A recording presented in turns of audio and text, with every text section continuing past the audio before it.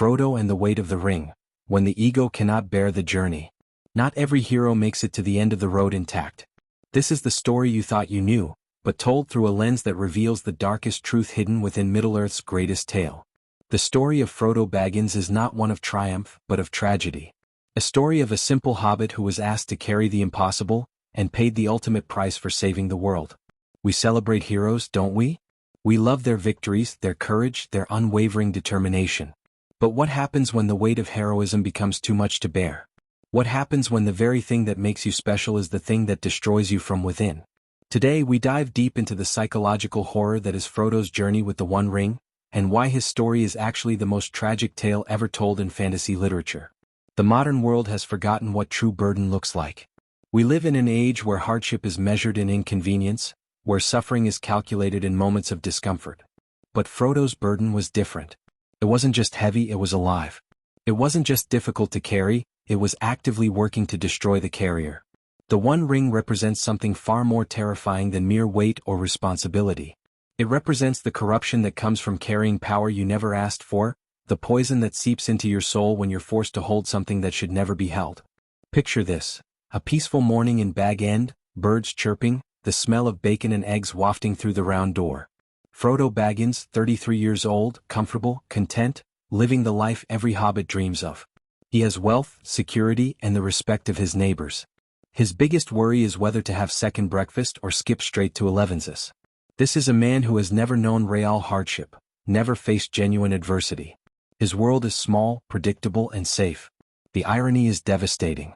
Of all the beings in Middle-earth who could have been chosen to carry the One Ring, fate selected the one least equipped to handle its psychological warfare. Not the strongest warrior, not the wisest sage, not the most virtuous saint, but a comfortable country gentleman whose greatest previous adventure was organizing his cousin's birthday party.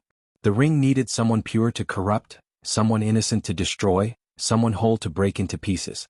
Frodo was perfect. Then Gandalf arrives with news that will shatter this perfect existence forever. The ring that Frodo inherited from his beloved Uncle Bilbo isn't just any ring. It's the One Ring forged by the Dark Lord Sauron himself, containing a portion of his very essence. Gandalf throws it into the fire, and the hidden script appears, blazing with malevolent light. At this moment, Frodo's comfortable world dies, and something far more sinister is born. But notice what happens in that crucial scene. When the letters appear on the ring, when the horrible truth is revealed, Frodo's first instinct isn't horror or fear. It's fascination. He leans forward, studies the script, asks what it means. The ring has already begun its work, planting the first seeds of obsession disguised as curiosity. This isn't just academic interest in ancient languages. This is the beginning of a fatal attraction. The transformation begins immediately. The ring doesn't just sit passively in Frodo's possession. It whispers. It calls. It promises. From the very first moment he touches it, the ring begins its psychological assault. You see, the One Ring isn't just a weapon of war, it's a weapon of the ego. It finds your deepest insecurities, your secret desires for power and recognition, and it feeds them until they consume you. Think about how the ring works. It doesn't corrupt through obvious temptation like offering riches or threatening violence. It corrupts through validation. It makes the bearer feel special, chosen, important. For someone like Frodo, who has lived his entire life as a minor figure in a small community, this validation is intoxicating. Suddenly he's not just another hobbit living off his uncle's inheritance. He's the bearer of the most powerful object in Middle-earth, the key to the fate of all free peoples. Frodo feels it almost immediately. The weight isn't just physical, though it grows heavier with each passing day. The weight is psychological, emotional, spiritual. The ring begins to convince him that he's special, that he's chosen, that he alone can handle this burden. It's a seductive lie that slowly becomes his truth. The humble hobbit who once questioned whether he could handle such responsibility starts to believe that no one else could possibly understand the magnitude of what he carries. The genius of the ring's corruption lies in how it perverts noble impulses. Frodo's sense of duty becomes possessiveness. His protective instincts become paranoia. His humility transforms into a peculiar form of pride, the pride of the martyr who believes his suffering makes him superior to those who don't suffer. The ring doesn't make him evil in any conventional sense. It makes him special, and that specialness slowly poisons everything else. Watch how Frodo changes in those first few weeks after leaving the Shire. He becomes secretive, protective of the ring in ways that go beyond mere caution. When Bilbo asks to see it one last time in Rivendell, Frodo's reaction is telling. His hand moves instinctively to protect it, his eyes narrow with suspicion. This isn't caution, this is possessiveness. The ring has already begun its work, turning Frodo's natural protective instincts into something darker. The scene in Rivendell reveals another crucial aspect of the ring's influence. When Frodo volunteers to carry it to Mount Doom, everyone treats this as a moment of heroic sacrifice. But look more carefully at Frodo's motivation. Is he really volunteering out of pure altruism, or has the ring already convinced him that he's the only one who can do it? The ring is brilliant at making its bearer believe that their corruption is actually virtue, that their obsession is actually duty. The fellowship is formed, 9 companions to help share the burden. But here's where the tragedy deepens. The ring doesn't allow for shared burdens. It isolates. It separates. It makes the bearer feel fundamentally alone in their mission. Frodo walks among friends, yet feels entirely alone. The ring convinces him that no one else can truly understand what he's going through, that their support is nice but ultimately meaningless. This is the beginning of his psychological fragmentation. As they journey south from Rivendell, we see the first major crack in Frodo's psyche. The ring begins to affect his sleep, his appetite, his ability to connect with others. He starts having dreams, visions of Sauron's eye searching for him. But more disturbing than these external threats are the internal ones. The ring shows him possibilities, futures where he could claim its power for himself. Just for a moment, it whispers just to see what it feels like. Just to understand its true nature. The mines of Moria become a turning point. When Frodo falls behind, when the goblin spear pierces him, he experiences something that changes everything. The mithril shirt saves his life, but the ring saves his ego. In that moment of mortal terror, the ring offers him an escape. Put me on, it says, and you'll be safe. You'll be invisible. You'll be powerful. Frodo resists, but the seed is planted deeper now. He's felt the ring's protection and part of him liked it. This is where we see the ring's most insidious quality. It doesn't just corrupt through temptation, it corrupts through necessity. Every time Frodo uses it to escape danger, every time it saves him from death or discovery, it becomes harder to see it as an enemy.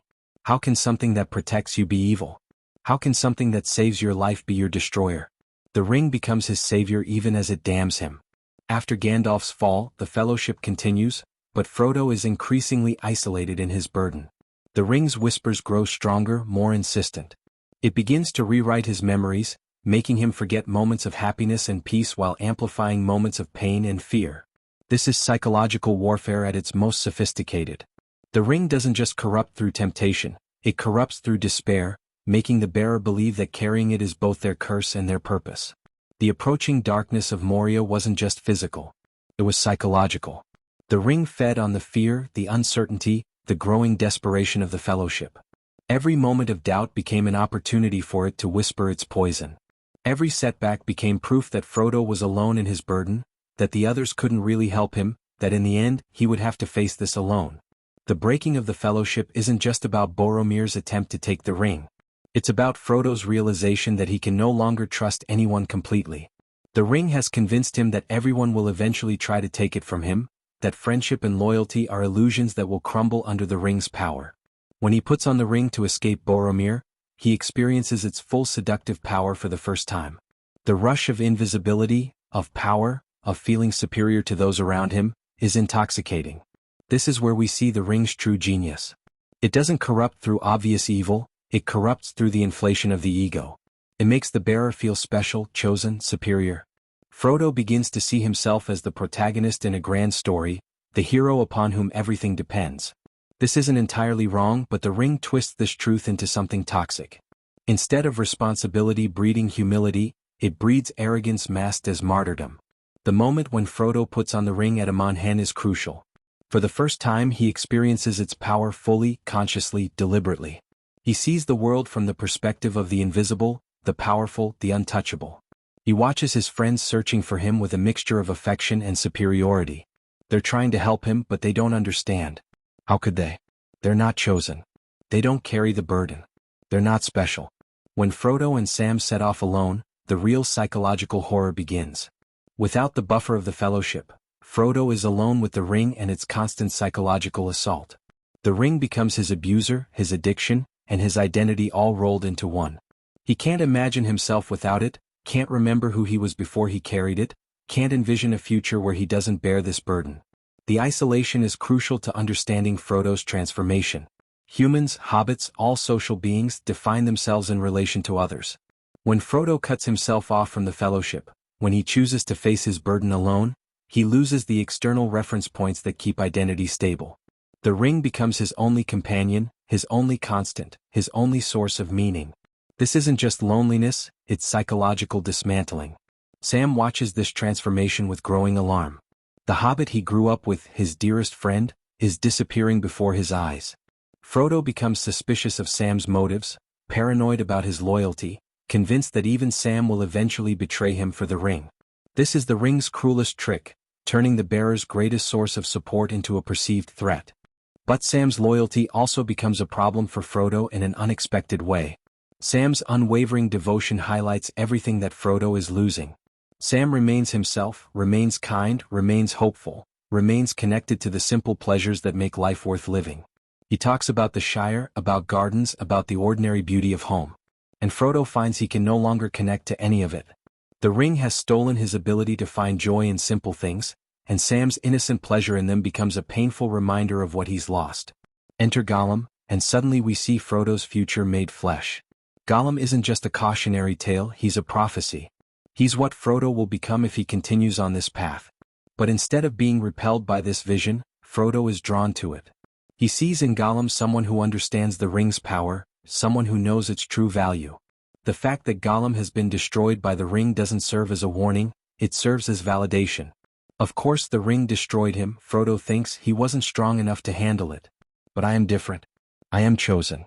This is the ego's ultimate trap. It convinces us that we're the exception to every rule, that we can handle what has destroyed others, that our strength or wisdom or specialness will protect us from consequences that have claimed everyone else. Frodo believes he can succeed where Gollum failed, not because he's more virtuous, but because he's been chosen by fate itself. The relationship between Frodo and Gollum is one of the most psychologically complex in all literature. They're not just captor and prisoner, guide and follower, potential redeemer and potential redeemed. They're two versions of the same person, 2 points on the same timeline of corruption. Gollum represents Frodo's past, what any innocent being becomes when exposed to the ring for long enough. But Frodo also represents Gollum's past, the person he once was before the ring consumed him completely. The journey through the Eamon Mule and the Dead Marshes marks Frodo's descent into full psychological dependence on the ring. He no longer sees it as a burden to be borne, but as a part of himself to be protected. When he's forced to remove it, he feels naked, vulnerable, incomplete. The ring has become his security blanket, his source of identity, his reason for existing. The Dead Marshes are particularly significant because they force Frodo to confront the cost of war, the reality of death, the faces of those who have died in conflicts over power. But instead of serving as a warning against the pursuit of power, these visions reinforce Frodo's sense of special purpose. All these people died, he thinks, and now I'm the one who can make their sacrifice meaningful. The ring doesn't let him see the marshes as a warning against power. It lets him see them as validation of his mission. Sam begins to notice that Frodo talks to the ring when he thinks no one is listening. Not consciously, not deliberately, but in the way that addicts talk to their drug of choice. He makes promises to it, asks it for strength, even apologizes to it when he considers the possibility of destroying it. This isn't just psychological dependence, this is a full romantic relationship with an object that is slowly killing him. The language Frodo uses when he thinks he's alone is telling. He doesn't call it the ring, or it. He calls it my precious, borrowing Gollum's terminology without realizing it. He promises it safety, swears he'll never abandon it, asks it to be patient with him. This is the language of love, of devotion, of complete emotional surrender. The ring has become not just his burden but his beloved. The passage through Ithilien should be beautiful, restorative. Here is nature at its most vibrant, life asserting itself despite the darkness of Mordor so close by. But Frodo can barely see it. The ring has narrowed his world to a single focus, reaching Mount Doom. Everything else, beauty, friendship, hope, wonder, has been compressed into background noise. This is what obsession does. It takes the full spectrum of human experience and reduces it to a single, consuming need. Sam tries desperately to connect Frodo to the beauty around them, pointing out flowers, birds, the play of light through leaves. But Frodo's responses are mechanical, polite but distant. He's lost the ability to be present in moments that don't serve the ring's purpose. This isn't just distraction or focus. This is the death of joy, the murder of wonder, the systematic elimination of everything that makes life worth living. When they encounter Faramir, we see another crucial moment in Frodo's transformation. Faramir, unlike his brother Boromir, resists the ring's temptation completely. He sees it for what it is and wants nothing to do with it. Frodo should be relieved, grateful, hopeful. Instead, he's confused and slightly offended. How can someone see the ring and not want it? How can someone fail to recognize its importance, its power, its specialness? Faramir's resistance isn't seen as virtue, it's seen as ignorance. This reaction reveals how completely the ring has rewritten Frodo's value system. He no longer measures people by their kindness, courage, or wisdom. He measures them by their reaction to the ring. Those who want it are understood but dangerous. Those who don't want it are incomprehensible and somehow deficient. The ring has become not just his obsession, but his entire framework for understanding the world. Faramir's rejection of the ring should have been a moment of hope for Frodo. Here was proof that not everyone would try to take it from him, that some people could resist its power, that honor and virtue still existed in the world. But Frodo can't process this positive information. The ring has trained him to see threats everywhere, to trust no one completely, to assume that anyone who claims not to want the ring is either lying or doesn't understand its true value. The approach to the Black Gate marks another escalation in Frodo's deterioration. The physical symptoms are obvious: weight loss, pale skin, trembling hands. But the psychological symptoms are more disturbing. He begins to have conversations with the ring that Sam can hear. He asks it for guidance, thanks it for its strength, promises it that he'll never abandon it. Sam realizes with growing horror that his master isn't just carrying the ring, he's in love with it. The Black Gate itself represents everything wrong with the pursuit of power. It's massive, intimidating, designed to inspire fear and submission. It's the physical manifestation of the will to dominate, to control, to possess. And Frodo, looking at it, feels not horror but recognition. This is what power looks like, he thinks. This is what strength means. The ring whispers approvingly, and Frodo finds himself oddly comforted by the sight of such concentrated malevolence. When Gollum leads them to the secret entrance through Ithilien, Frodo makes a decision that reveals how completely he's been compromised. He trusts Gollum over Sam. Not because Gollum is trustworthy, but because Gollum understands the ring in a way that Sam never could. Gollum speaks the ring's language, validates its importance, treats it with the reverence that Frodo believes it deserves. Sam, with his practical concerns and loyal friendship, seems almost naive by comparison. This is perhaps the most tragic moment in the entire journey. Frodo chooses the counsel of someone who has been destroyed by the ring over someone who loves him unconditionally. He does this not out of stupidity or weakness, but out of a fundamental shift in his priorities. The ring's needs have become more important than human relationships. Its preservation has become more vital than his own well-being or that of his dearest friend. The incident at the Forbidden Pool crystallizes this transformation. When Frodo spares Gollum's life, it's not primarily an act of mercy. It's an act of self-preservation. Frodo sees in Gollum his own potential future, and he can't bear to destroy that reflection. More importantly, Gollum is the only other being who truly understands the ring's value. Killing him would be like destroying a part of himself. But there's something even more disturbing in Frodo's protection of Gollum. He's not just sparing someone who might be redeemed. He's protecting someone who validates his own obsession. Gollum's mad devotion to the ring makes Frodo's growing obsession seem reasonable by comparison. As long as Gollum is around, Frodo isn't the most corrupted person in the group. Gollum serves as a buffer, a worse example that makes Frodo's corruption seem like restraint. Sam watches all of this with growing despair. The hobbit he's followed into mortal danger, the friend he's pledged his life to protect, is disappearing before his eyes. Frodo still looks like himself, still sounds like himself, but he's becoming someone else entirely. Someone who values an object more than relationships, power more than peace, destiny more than happiness. The tragedy for Sam is that he can see exactly what's happening, but he's powerless to stop it. Every attempt to help Frodo connect to their old life, their old friendship, their old values, is met with polite distance. Frodo appreciates Sam's concern, but he no longer shares it. The things that matter to Sam, comfort, safety, home, simple pleasures, these things have become alien to Frodo. He can remember that they once mattered to him, but he can no longer feel why. The passage through the tunnel of Torek Ungol represents Frodo's final transformation before the climax. Here, in the darkness, pursued by an ancient evil, Frodo makes a choice that reveals everything. When Shelob attacks, his first instinct isn't to flee or fight, it's to protect the ring. Even as the giant spider bears down on him, his hand moves to shield the ring rather than defend his life. The ring has become more important to him than his own survival. When he uses Sting and the Phial of Galadriel to drive off Shelob, it's not really Frodo acting anymore. It's the ring protecting itself through Frodo.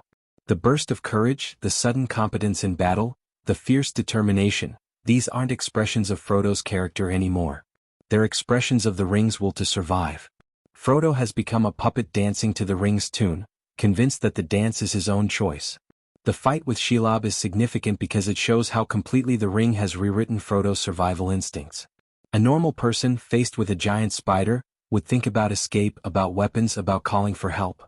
Frodo's first thought is about protecting the ring. His second thought is about using the ring's power to save himself. The ring has become both his greatest vulnerability and his only source of strength. Sam's apparent betrayal, when Frodo discovers that Sam has taken the ring, pushes Frodo over the edge completely.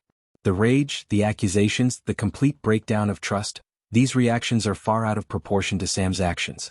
But they make perfect sense from the ring's perspective. Anyone who touches it, who claims it, who even looks at it with desire, is a threat to be eliminated. Frodo's love for Sam, built over decades of friendship, crumbles in an instant when it comes into conflict with his relationship with the ring.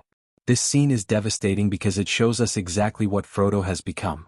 The gentle hobbit who once couldn't imagine harming anyone is ready to fight his best friend over a piece of jewelry. The transformation is complete. Frodo is no longer carrying the ring is carrying him.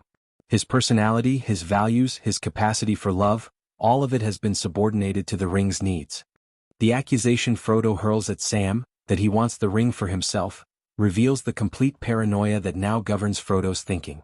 In Frodo's mind, everyone wants the ring, everyone is a potential thief, everyone is ultimately untrustworthy.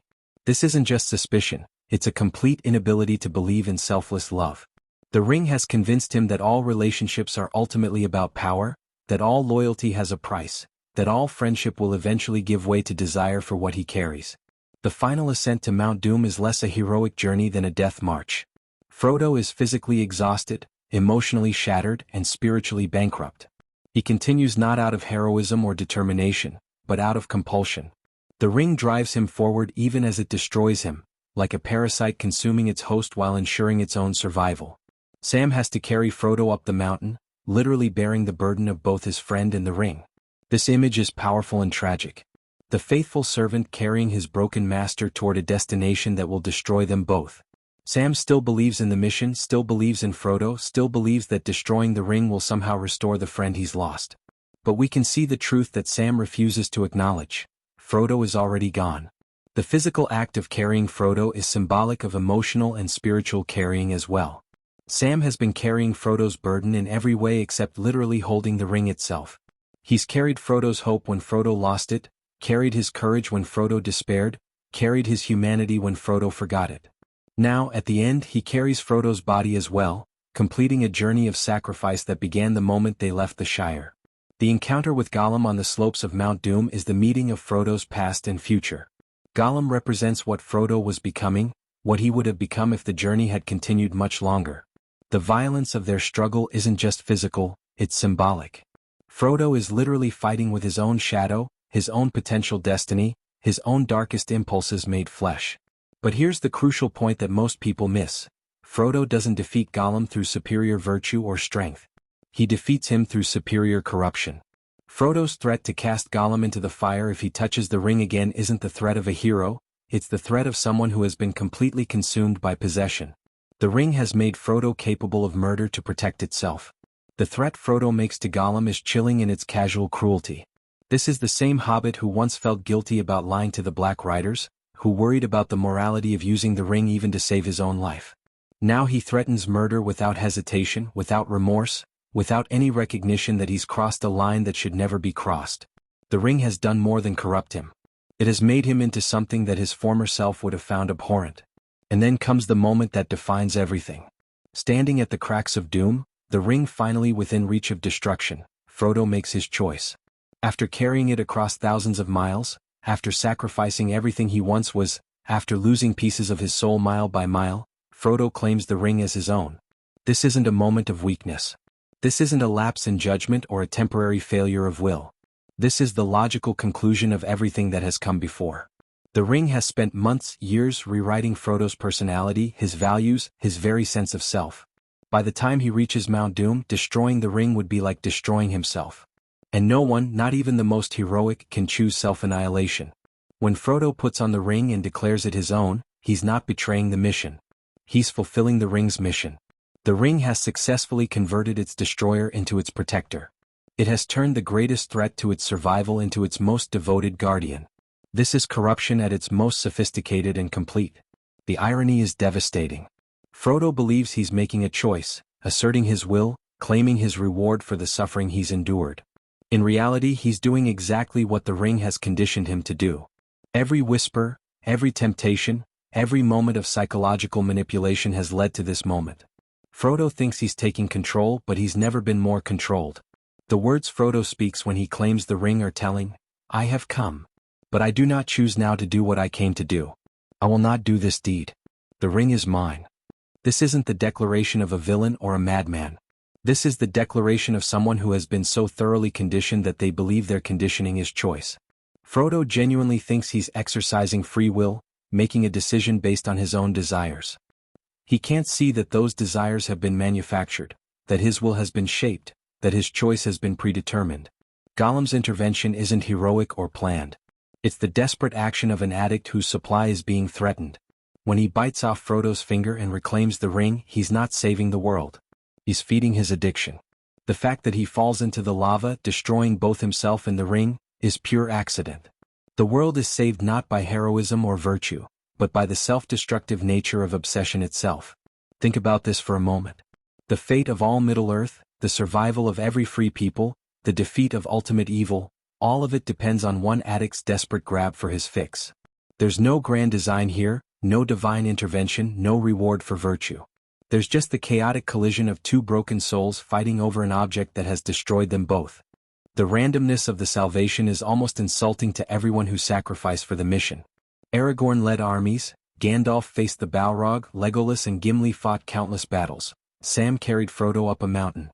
But in the end, none of their sacrifice mattered as much as one creature's clumsiness. The ring is destroyed not because good triumphed over evil, but because evil destroyed itself through its own excess. Frodo's reaction to the ring's destruction is telling. He doesn't feel relief or joy or accomplishment. He feels loss. Devastating, overwhelming loss. The ring wasn't just his burden, it was his identity, his purpose, his reason for existing. With its destruction, Frodo doesn't feel freed, he feels empty. The thing that was killing him was also the thing that made him feel alive. This is the final tragedy of addiction. Even when the addictive substance is removed, even when the person is supposedly saved, they don't feel saved. They feel bereft. They feel like something essential has been torn away from them. Frodo's physical healing, his rescue by the eagles, his reunion with his friends, none of it fills the hole left by the ring's absence. The rescue by the eagles is almost anticlimactic. Here are these mythical creatures, these symbols of divine intervention and salvation, swooping down to save the heroes. But for Frodo, being saved feels more like being interrupted. The ring is gone, his purpose is fulfilled, but instead of satisfaction, he feels only emptiness. He's completed the greatest mission in the history of Middle-earth, but he can't remember why it mattered. The return journey to the Shire should be triumphant. The hobbits have saved the world, defeated evil, proven that even the smallest person can change the course of history. But Frodo experiences none of this triumph. He goes through the motions of heroism, fights the ruffians who have taken over the Shire, helps restore order and prosperity. But he does it all like someone sleepwalking through their own life. The Battle of Bywater is particularly tragic because it shows how completely disconnected Frodo has become from the things he fought to save. Here is his beloved Shire under attack, his friends and neighbors in danger, everything he cared about threatened by petty tyrants and thugs. This should be personal, emotional, infuriating. Instead, Frodo approaches it like a military exercise, efficiently organized but emotionally absent. The other hobbits adapt to peace. They marry, have children, take up positions of leadership and responsibility. They move forward into the lives they've earned through their sacrifice and courage. But Frodo can't move forward because he no longer knows who he is without the ring. His entire identity for years was built around carrying this burden, and now that the burden is gone, he's lost. Sam notices the change, of course. How could he not? The friend he fought so hard to save is still lost. Physically present but spiritually absent. Going through the motions of living but not really alive. The ring is destroyed, but its final victory was ensuring that its destruction would also destroy its bearer. Even in death, it claims its final victim. The anniversary of Frodo's wounding by the Morgul blade becomes an annual reminder of what he's lost. Not just his physical health, though that's part of it, but his capacity for joy, for peace, for simple contentment. The wound never really heals because it's not just a physical injury. It's a spiritual one. The ring didn't just take Frodo's finger when it was destroyed, it took his ability to exist without it. These anniversary episodes are crucial to understanding Frodo's condition. They're not just physical pain recurring. They're psychological pain made manifest. Every year, on the same date, Frodo's body remembers what his mind tries to forget. The moment he was wounded not just by a blade, but by his first contact with the pure malevolence that he would carry for the rest of his journey. The wound is a doorway that never closes, a connection to darkness that never fully heals. Watch how Frodo interacts with the world around him in those final months in the Shire. He's kind but distant, helpful but detached, present but not really there. He looks at the life he saved as if through glass, able to see it but not touch it, appreciate it but not experience it. This is the cost of heroism that no one talks about. Sometimes saving others means losing yourself so completely that you can never find your way back. Frodo tries to reconnect with his old interests, his books, his maps, his quiet pursuits. But everything feels hollow, meaningless. The ring gave his life such intense purpose, such cosmic significance, that ordinary pleasures pale by comparison. It's like trying to enjoy a candle flame after staring into the sun. The capacity for small joys has been burned out of him. The decision to sail to the undying lands isn't really a reward for heroism. It's an acknowledgement of damage too severe to be healed in the world he saved. Frodo leaves not as a victorious hero but as a casualty of war, wounded beyond repair by the very mission that made him legendary. The elves take him not because he deserves paradise, but because he can no longer survive in the world he helped preserve. The invitation to the undying lands is often seen as a great honor, a reward for service. But it's really an admission of defeat. Frodo has been so damaged by his contact with ultimate evil that he can no longer exist in the world of ordinary good and evil, of simple pleasures and simple pains.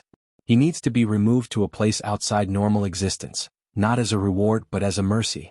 The farewell scene at the Grey Havens is heartbreaking in its quiet desperation.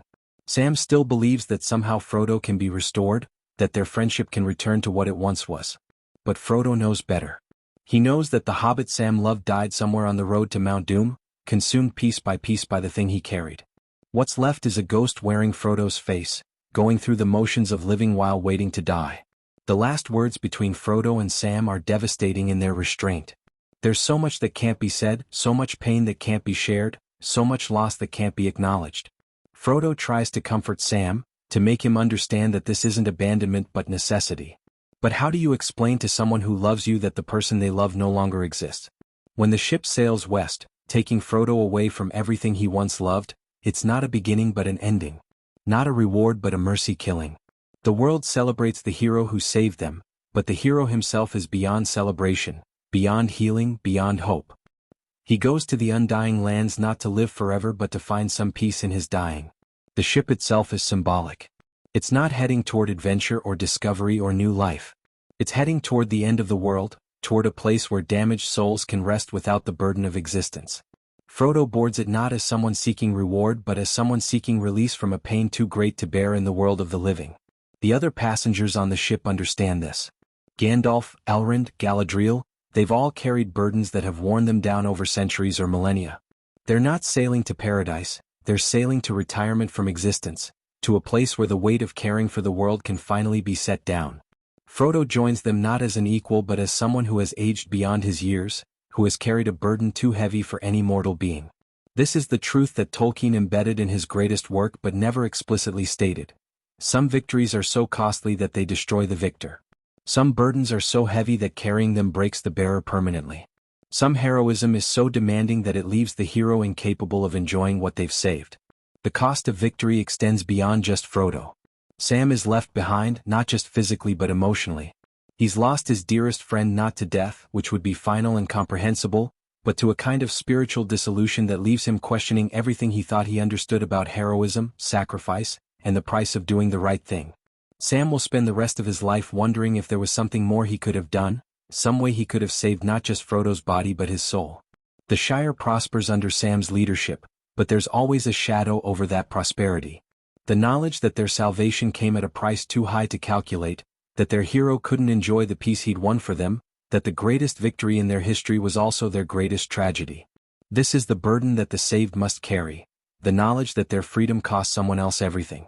Frodo's story isn't ultimately about the power of good over evil or the triumph of the small and humble over the great and mighty. It's about the price of heroism and the cost of bearing unbearable burdens.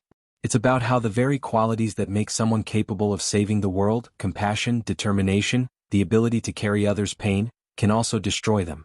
The ring's final victory wasn't in corrupting Frodo completely. It was in ensuring that even its own destruction would claim him as a victim. It couldn't survive, but it could make sure that the one who destroyed it couldn't truly survive either.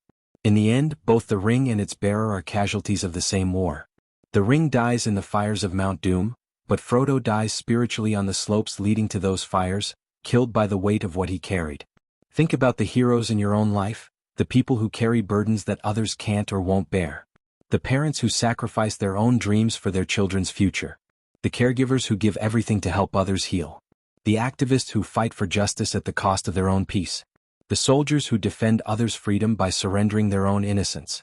How many of them carry wounds that never fully heal? How many of them pay prices that others never see? Consider the first responders who run toward danger while others run away, who see horrors that most people can't imagine, who carry the weight of other people's worst days. They save lives, protect communities, maintain order in chaos. But what happens to them? How many of them go home changed by what they've seen, carrying invisible wounds that never fully heal? How many of them sacrifice their own peace of mind so that others can sleep safely? Think about the whistleblowers who expose corruption at enormous personal cost. They save institutions, protect the innocent, hold the powerful accountable. But they often lose their careers, their relationships, their sense of safety in the world. They carry the burden of knowledge that others don't want to acknowledge, secrets that poison their ability to trust, to hope, to believe in the systems they've spent their lives serving. Consider the teachers in failing schools who pour their hearts into helping children escape cycles of poverty and violence. They work with impossible resources, face bureaucratic indifference, watch as the systems they believe in fail the children they're trying to save. Many of them burn out, not because they lack courage or dedication, but because the weight of caring too much in a system that cares too little eventually crushes them. These modern heroes face the same fundamental challenge that destroyed Frodo. They carry burdens that are too heavy for individual human beings to bear, but someone has to bear them. Society depends on people who are willing to sacrifice themselves for others, but we rarely acknowledge the true cost of that sacrifice or provide adequate support for those who make it. Frodo's tragedy is that he succeeded. He carried the ring to its destruction, saved the world, defeated ultimate evil. But success came at a price that made the victory hollow for the victor himself. He gave everything to save everyone else, and by the time the mission was complete, there wasn't enough of him left to enjoy what he'd preserved. The hollow victory is perhaps the cruelest aspect of Frodo's story. He accomplished everything he set out to do. The ring is destroyed, Sauron is defeated, Middle-earth is saved, the Shire prospers. By any objective measure he succeeded completely. But subjectively, personally, emotionally he lost everything that made success worth achieving. He saved the world but lost his world, preserved everyone else's happiness but forfeited his own. This is why Frodo's story resonates so deeply with anyone who has carried impossible burdens. Not because they identify with his heroism, but because they recognize his exhaustion. Not because they admire his strength, but because they understand his brokenness. Not because they want to be him, but because they see themselves in his sacrifice. The recognition comes not from fantasy but from reality. Every parent who has sacrificed their own dreams to give their children better opportunities understands something of Frodo's burden. Every caregiver who has watched a loved one suffer while feeling helpless to truly help understands something of his isolation. Every person who has carried family secrets, workplace toxicity, or community trauma understands something of his weariness. The saddest part is that the world Frodo saved goes on without him. The Shire prospers, Sam becomes mayor and has a large family, the age of men begins and flourishes. Life moves forward, grows, thrives. But the one who made it all possible can't participate in any of it. He's like a parent who works 3 jobs to put their children through college but dies just before graduation. The victory is real but the victor can't enjoy it. This disconnection between sacrifice and reward is one of the most painful aspects of real heroism. The soldier who dies in a war that brings peace never sees that peace. The civil rights activist who faces imprisonment and violence rarely lives to see the just society they fought to create. The environmental activist who sacrifices everything to preserve the natural world may never see the forest they saved or breathe the clean air their work made possible. In the end, Frodo's story is a reminder that heroism is not always rewarded, that doing the right thing is not always good for the person doing it, and that some sacrifices are so complete that they leave the sacrificer with nothing left to give or receive. It's a story about the weight of responsibility and the price of power, about the way that carrying others' burdens can break the carrier, about the cruel irony that sometimes saving everyone else means losing yourself. When we celebrate heroes, we should remember Frodo.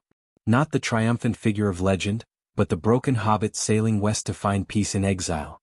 We should remember that heroism has a cost, that victory can be hollow, and that sometimes the greatest tragedy isn't in failing to save the world, but in succeeding at such a price that you can no longer live in the world you've saved. The celebration of heroism without acknowledgement of its cost is a form of cruelty. We Leonize the sacrifice while ignoring the sacrificer, praise the victory while forgetting the victim, honor the achievement while abandoning the achiever. Frodo's story forces us to confront this uncomfortable truth. Sometimes the people who save us are destroyed by the very act of saving. The ring is destroyed, Middle-earth is saved, good triumphs over evil. But Frodo Baggins, the gentle hobbit who loved his garden and his books and his quiet life, that Frodo died somewhere on the road to Mount Doom. What sailed west wasn't a hero claiming his reward, but a ghost seeking rest from a victory that cost him everything he once was. This is the weight of the ring that no one talks about, not the physical burden of carrying it, but the psychological price of destroying it. Not the temptation to claim its power, but the emptiness left by its absence. Not the fear of failure, but the hollow victory of success that comes too late to matter to the one who achieved it. The final lesson of Frodo's journey is perhaps the most important one, that some burdens are too heavy for any individual to carry alone, that some victories cost more than they're worth, and that true heroism often goes unrecognized because the hero doesn't survive intact enough to accept recognition. Frodo saved the world, but the world couldn't save him. He preserved everyone else's hope but lost his own. He carried everyone else's burden but couldn't set down his own. In the end, Frodo's greatest enemy wasn't Sauron or the ring or even Gollum. It was the mission itself, the burden of being chosen, the weight of carrying what others could not bear. He defeated every external threat but was destroyed by the internal cost of victory. He saved the world but lost himself, and in that loss, we see the true tragedy of heroism. Sometimes the price of everyone else's freedom is the hero's own soul. The ship disappears into the west, carrying Frodo toward whatever peace might be found beyond the circles of the world. Behind him, the world he saved continues its ancient dance of joy and sorrow, hope and despair, victory and defeat. The great wheel turns, new heroes rise to face new challenges, new burdens are taken up by new bearers. But somewhere in that eternal cycle, in that endless story of sacrifice and salvation, Frodo's tragedy remains. The hero who saved everything except himself, who gave everyone else the happy ending he could never claim for his own.